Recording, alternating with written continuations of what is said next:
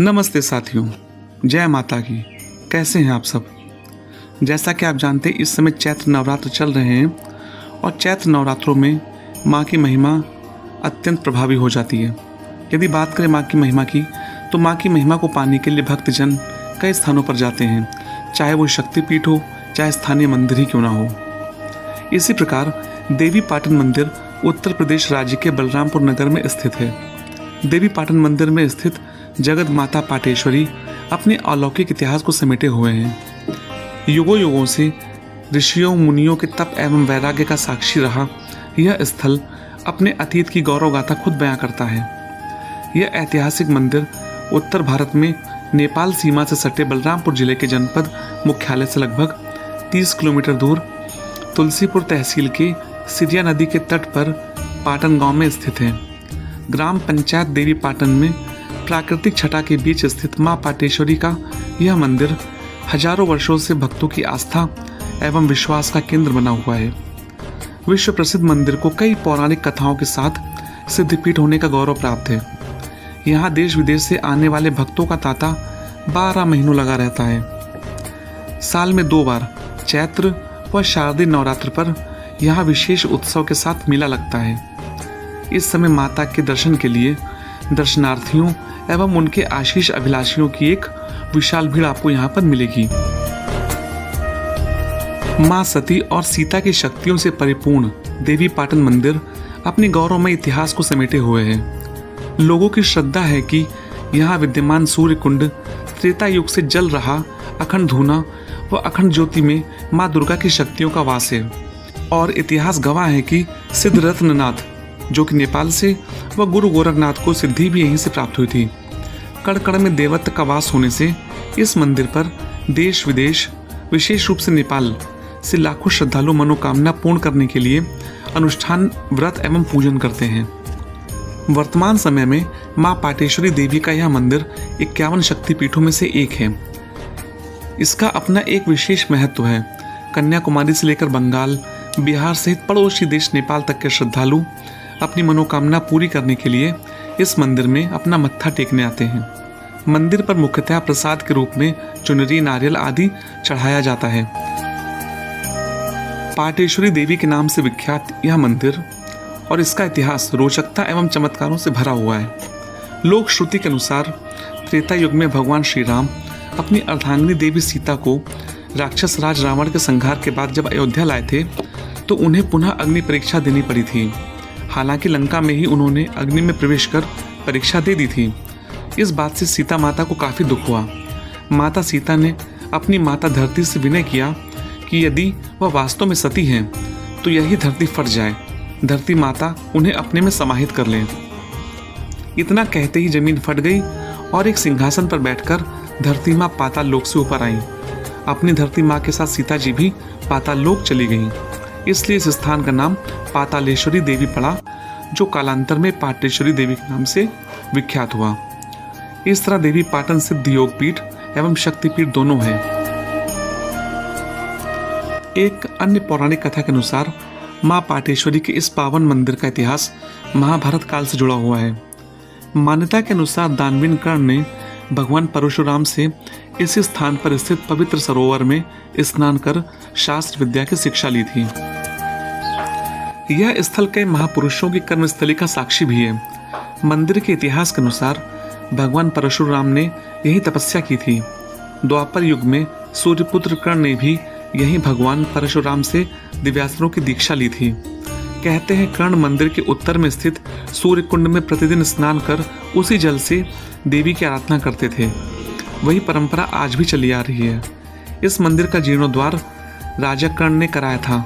औरंगजेब ने अपने सिपह सालार मीर समर को इसे नष्ट और भ्रष्ट करने का जिम्मा सौंपा था, जो सफल नहीं हो सका और वो देवी के प्रकोप का शिकार हो गया। उसकी समाधि मंदिर के पूर्व में आज भी अवस्थित है। जनश्रुति के अनुसार सम्राट विक्रमादित्य ने प्राचीन मंदिर का जीर्णोद्धार कराया था, जिसे औरंगजेब ने ध्वस्त कर दिया था।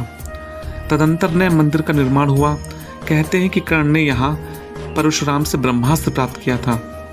गुरु गोरक्षनाथ व पीर रत्नाथ ने इसी स्थल पर सिद्धि प्राप्त कर आगे चलकर नाथ संप्रदाय के प्रणेता बने।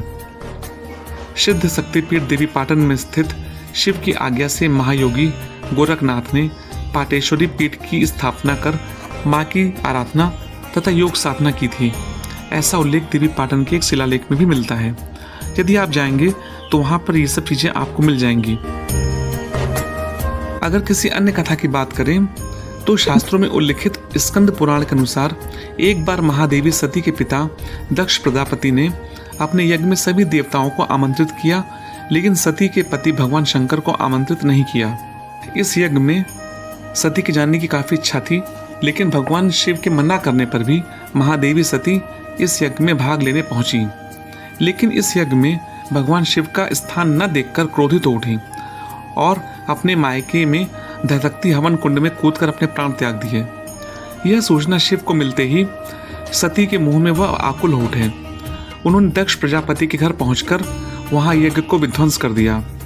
भगवान शंकर उनके मृत शरीर को कंधे पर लेकर तीनों लोकों में विचरण करने लगे और सती के शव को लेकर आकाश में तांडव नृत्य करने लगे, जिससे सृष्टि का संतुलन बिगड़ने लगा। सभी देवी देवताएं यह देखकर घबरा गए और उन्हें लगा कि अब प्रलय आ जाएगी। सभी देवता व ऋषि व्याकुल होकर भगवान विष्णु के पास गए और उनसे प्रार्थना की कि हे प्रभु, भगवान शिव का क्रोध आप शांत करें। तब भगवान विष्णु ने लोकहित में अपने सुदर्शन चक्र से सती के अंगों को 51 भागों में काटकर उन्हें शिव से अलग करके उनके मुंह को भंग किया और उनके क्रोध को शांत किया। इस दौरान महादेवी सती के कटे अंग एवं वस्त्र जिन जिन स्थानों पर गिरे उन्हें सिद्ध शक्तिपीठ माना गया है। इस तरह 51 शक्तिपीठ हैं, लेकिन उपवस्त्रों, उपांगों, आभूषणों के गिरने के स्थानों को मिलाकर ऐसे स्थानों की संख्या 108 है। उन्हीं शक्तिपीठों में से यह एक है।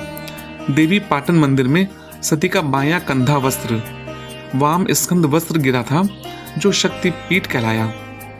इसी गर्भगृह पर माता का भव्य मंदिर बना हुआ है। आज भी मंदिर में पाताल तक सुरंग बताई जाती है, जो चांदी के चबूतरे के रूप में दृष्टिगत है। गर्भगृह के ऊपर मां पाटेश्वरी की प्रतिमा चांदी का चबूतरा के साथ कई रत्न जड़ित छतर हैं। ताम्रपत्र पर दुर्गा सप्तशती अंकित है। प्रसाद पहले इसी चबूतरे पर चढ़ाया जाता था, लेकिन सुरक्षा की दृष्टि से अब प्रसाद बाहर चढ़ाया जाता है। चबूतरे के पास एक भव्य दुर्गा प्रतिमा स्थापित है।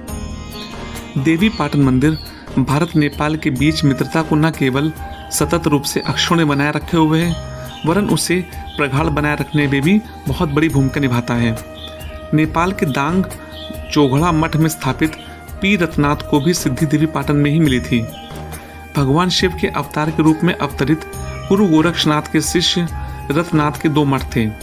रत्नाथ की तपस्या से खुश होकर मां साक्षात प्रकट हुई और वर मांगने के लिए कहा, तो पी रत्नाथ ने उनसे यही वर मांगा कि उनकी पूजा इस मठ में भी हो। मां दुर्गा ने उनको ऐसा ही आशीर्वाद दिया।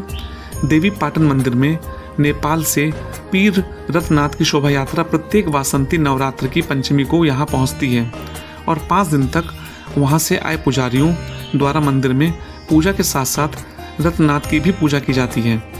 इस दौरान मंदिर में लगे घंटे आदि नहीं बजाए जाते हैं। रत्नाथ की पूजा में शामिल होने के लिए भारत और नेपाल के हजारों श्रद्धालु भी इस अवसर पर मौजूद रहते हैं।